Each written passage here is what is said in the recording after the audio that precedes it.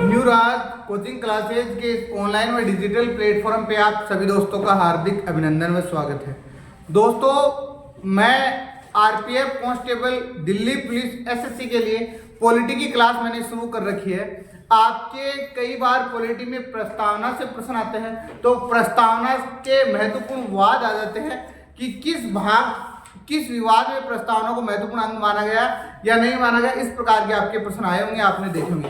ये वीडियो किस संदर्भ में है कि एक माँ है, वो अपने बेटे को, मान लो वो बेटा ये कहे कि माँ मैं तेरा बेटा हूँ, अब इसको प्रूफ करना है। तो ये बात तो तय है कि जो प्रस्तावना है, वो लोग कहते हैं प्रस्तावना संविधान की आत्मा है, प्रस्तावना ये है वो है, लेकिन उसके बाद में भी प्रस्तावना को संविधान का भाग क्यों नहीं माना जाता है, इसके पीछे क्या रीजन है, तो हम लोग महत्वपूर्ण बात पढ़ेंगे। आप लोग इस क्लास को कंप्लीट देखना, आपको बातें समझ में आना शुरू हो जाएगी। प्रस्तावना से संबंधित महत्वपूर्ण वाद कौन कौन से हुआ?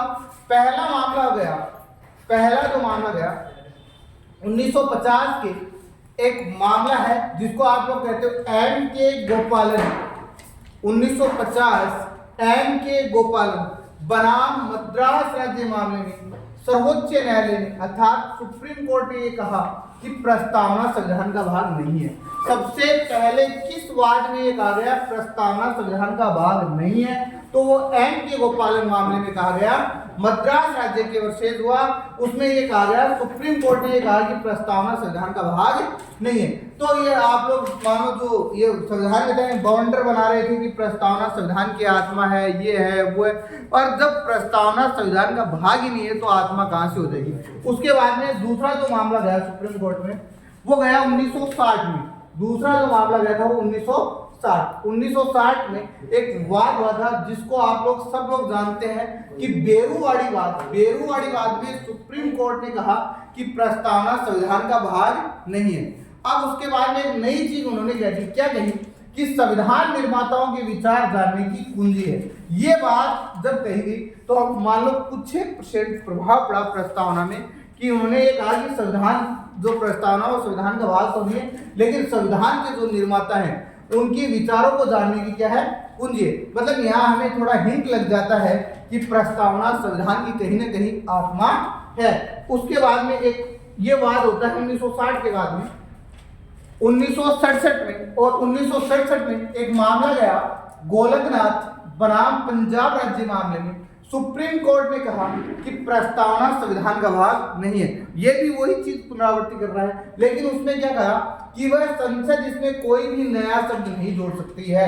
मतलब ये है कि जब कोई चीज संविधान का भाग नहीं होती है तो संविधान मतलब संसद उसमें नया शब्द कैसे जोड़ देगी, नहीं जोड़ सकती है।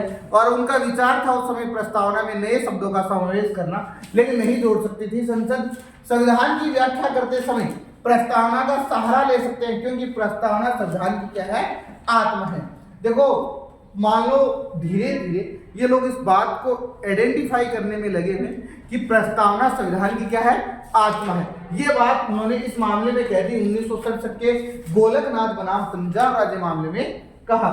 उसके बाद में देखो सबसे बड़ा आज तक के जो सुप्रीम कोर्ट का सबसे बड़ा फैसला है 1973 में केशवानंद भारती। 1973 का एक वाद हुआ था जिसका नाम था केशवानंद भारती। केरल राज्य मामले में सुप्रीम कोर्ट ने अपने पूर्व में दिए गए निर्णय में परिवर्तन किया। मतलब अपने पूर्व में जो निर्णय दिए गए थे उसमें उन्होंने क्या किया परिवर्तन किया। इसलिए आप लोगों ने सुना होगा कि सुप्रीम कोर्ट अपना निर्णय बदल भी सकता है।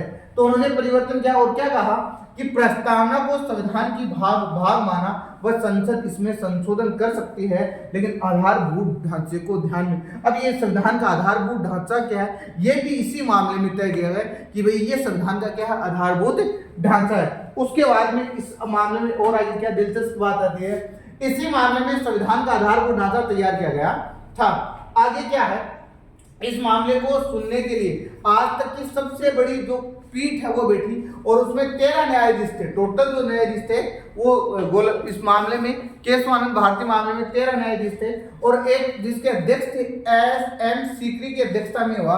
निर्णय कितने के बहुमत से? परीक्षा में यही एसएससी बार बार परीक्षा में प्रश्न पूछती है कि केशवानंद भारती मामले में फैसला कितने से आया, तो आप कहोगे गुरुजी 7:6 से आया।